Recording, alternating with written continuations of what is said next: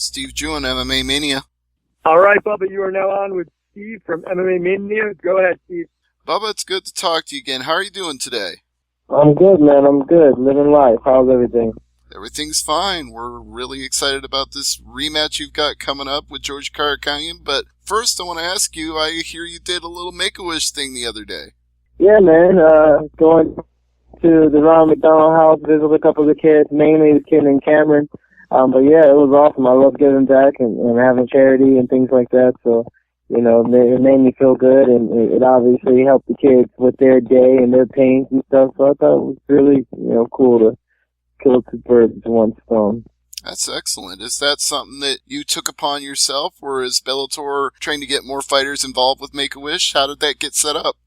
No, I took it upon myself to reach out.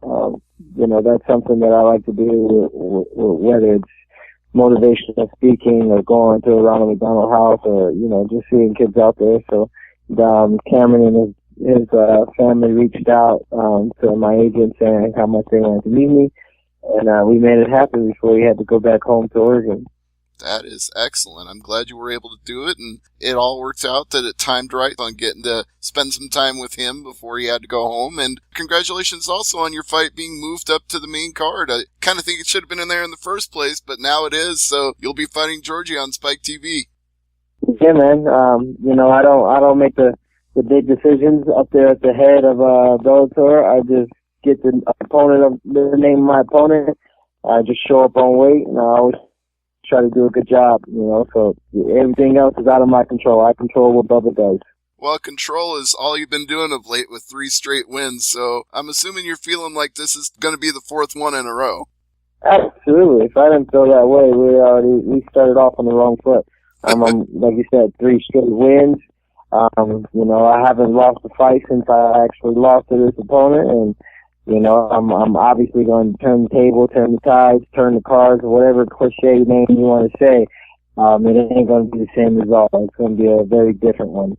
Well, as you mentioned, Georgi is the last guy that you lost to. And since I ended up talking to him yesterday, he threw out an interesting, well, I'll call it a proposal that I think you'll probably disagree with. He says that the reason that things are going well for you is that you haven't fought a guy like him in 3 fights. I don't agree with that. I don't agree with that at all. I think that Coyote Yamauchi's jiu-jitsu and swiftness is, equivalent to his, and I do believe that Jordan Parsons, rest his soul, has, the athletic capabilities and the wrestling capabilities and just the all-around heart to have such a, tough, formidable match with him.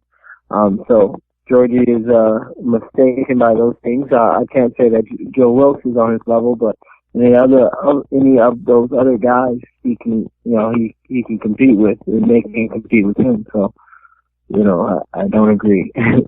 I didn't think you would. Another thing that he threw out there that I'll put on the table is that the fight to him was so long ago, he said it didn't even matter what happened back then. But clearly, since you want this rematch, it does matter. Oh, it does matter because, me being choked out was plastered all over the internet and on his page. So, it does matter. And I was his last win, which I believe matters to him. And he was my last loss, which obviously matters to me. And I didn't call for the rematch or ask for the rematch. Bellator gave it to me. And, the fact that I'm a champion and want to become the champion, I got to beat the guys that have beaten me before, just to grow up that ladder. So I got no problem, coming off 3 wins, taking the risk to come off to fight someone coming off 2 losses. Well, speaking of becoming the champion, obviously the former champion Patricio Freire is going up to 155 on this same card, and the current champion Daniel Straus, he's been sidelined for a little bit with an injury. So do you see this as moving you up another notch now that the road might be a little more clear to the top? Well, every fight that I win, I move up to the top, whether it looks that way or not. My fans are amazing. They always get behind me, especially with wins. I mean, they've been calling for a title shot. The people around me in my camp have been calling for a title shot. And, whether Pitbull was here or not, whether Daniel was healed or not, I'm coming, and that's not that's not just me being biased towards, me wanting to be the man.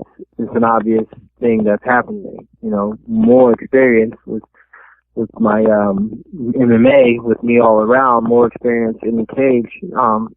People knew and know that I'll be great, and it's not a matter of if, it's just a matter of when. And right now, the win will come August 26th, and we'll continue to chop that block and move towards those guys at the top. Let me just continue a little bit further on the Straus note. If he's out for an even longer extended period, say it becomes over a year, would an interim title be of interest to you, or would you rather just wait for the real thing? I'd take an interim title. I'll take any title. I'll take the making weight title. It don't matter. Any belt they want to throw my way, I'll take it. I'll step up to it. I've never declined to fight. I won't start now. Anybody who's got a belt, they put it on the line. I'll fight Hulk Hogan if he's got a belt that they want to give me. Well, you know what? He might be available. He doesn't seem to be doing a whole lot right now except collecting his money from that lawsuit. Yeah, correct. Well, it would be a weight class difference, but it doesn't sound like that would bother you at all. So, hey, maybe you could also challenge Patricio Pitbull if he wins and maybe get a lightweight contender shot yourself. Everything is possible, man. I don't put it past Bellator to allow it to happen. I don't put it past me to accept it. I'm a challenger. I'm a fighter. I'm a champion. I've been competing at the highest level for some time now, and we all have bumps and bruises, but I don't lose. I just learn. So you've mentioned being a champion of making weight and always coming in on weight. So I have to assume right now that you're probably sitting pretty with a week to go, and the cut's not that hard. Oh, I'm sitting gorgeous. I'm looking like a model with my weight right now. I'm sitting real pretty. So if you were even a half pound over, we should be really shocked on weigh-in day. If I was a half pound over on weigh-in day? Or even a quarter pound, anything over target weight, it sounds like you're going to be that or under. Yeah, no, I definitely don't. I'm not going to be under, that's for sure. I always weigh in right at the weight. There's no extra energy spent nowhere. So, but I'm far ahead of schedule as I usually am. I'm around this time. Usually I'm, about 15, 20, and I'm way ahead of that. So, I'm feeling good. I switched some things up in my camp, and I'm just excited for the fight. I don't think he's prepared for the new Bubba J. I think he's the same fighter he was January 16th a couple of years ago, and I am completely not. Well, speaking of which, what have you changed up? What is new that Bubba Jenkins has learned? I'm not asking you to reveal all the tricks, but tell me what's different. Well, when I fought him the first time, I was training in Corona, and since that year and a half, I've actually been training in Long Beach, and actually in this last camp, I've moved my training to King's MMA with Coach Cordero, and I've been doing a lot of speed of sport with Nick Persons and in Torrance. And man, they just open up a mindset. They just change the way you think about it. They change the way your body forms, the way you react, the way you spar. Everything's changed really. So I think he's doing the same old bouncing around, and I'm pretty comfortable where I am with who I'm with, and my partners in the room are champions of all organizations. So for me to just mix in with the greatness, that's going to automatically rub in off on me. But the wrestling is still fundamentally where it's at, the bread and butter, because ever since the first time I ever talked to you, we've talked about that. You being a champion at Arizona State and proving it over and over again. The people just can't seem to stop your takedown. Right. No, they're not. There's not a, even when Georgi Karakhanyan got me with the guillotine, he got me off of me taking him down, the second time. So, there's not going to be a fighter in the sport that can stop me from taking him down. It's just what they're going to be able to do when I take him down, or what I should move to after I take him down. So that's going to be the key situation. But, even in this fight, I'll be more explosive. I'll be more creative with the things that I'm doing and how I take him down. And, so it's going to be all about, confusion, the art of deception. Well, what is the perfect block for somebody going for a guillotine choke when you go in for a double? What's the number one way to prevent that? I would say getting your legs to the opposite side of the choke, making sure that you can hop to the other side. If you're on the inside, you're going to be in a little bit of trouble, but even then, I've worked with, some of the best guillotine guys in the game and on trying to, prevent, that mistake from happening again. Last fight, I shot in with a really bad shot, really bad defense on the guillotine, and I believe this fight, I have all the tools and all the people around me to help me prevent that from happening again. So I would say to shoot a better shot and to get the legs to the choke. One of the other advantages that a strong wrestler has is you can fake setting up the shot and they go in to defend it, and then you can come right up with a knee and rock their block. Oh, yeah, that's definitely something that is on the menu. All of it's on the menu. I'm not mistaken. He got the win, and, he believes, the reason he took this fight is he believes that he can get the win again. And I believe otherwise. Therefore, I've put everything out there, and, I've worked extremely hard to revert that loss and come back revengeful to gain redemption. Let me throw one other thing at you that he said. He spent a lot of time talking about how hungry he was to get this win, how being on a 2-fight losing streak motivated him even more. But you sound pretty hungry yourself, so who's the hungrier fighter here? I would say I'm the hungrier fighter. I would say he's the more desperate fighter. There's a difference. He's desperate because he could be on the chopping block.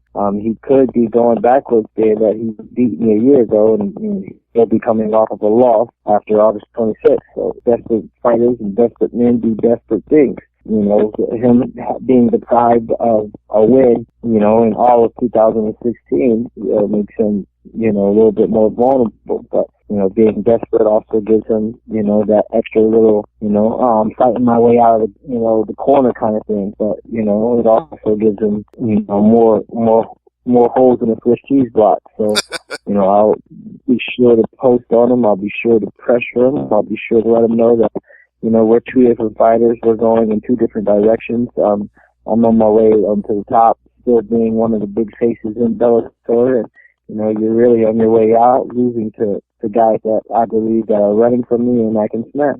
Well, we look forward to seeing on August 26th if it all comes to fruition as you described. But what about post-fight? Do you have any kind of celebration plan? Going to put the stunner shades on and say something flashy? Well, I am the bad man Jenkins, and, I'm always flashy. I always got my stunner shades on, and, I can't help but be me. And, everyone knows that they can expect something awesome from Bubba J at the end of a win. Well, that's what I'm looking forward to if you get the big W on August 26th. But I know you got a lot of people to talk to today, so I'll let you wrap it up with some plugs and social media links if you like. Yeah, man, thanks. I appreciate you for having me. I'm being sponsored by Clutch Chairs, being sponsored by Telebeach. These are esports companies, obviously Decipher, Garden of Life, Fight Prep Supplements. These are people who stuck with me. Jerky Pro, their jerky is amazing. I actually eat a lot of it during my fight camp. But yeah, man, those are the sponsors right now. And Cage Fighters, my athletic wear. I'll be wearing some Cage Fighter shorts in the ring or in the cage. And I'm on social media. Just look for Bubba Jenkins, and I won't be hard to find. Yep, at Bubba Jenkins MMA on Twitter for one, right? Absolutely. All right, everybody follow Bubba Jenkins, but even more, follow him in the fight on August 26th at the Honda Center in Anaheim, California. Bubba, thanks as always.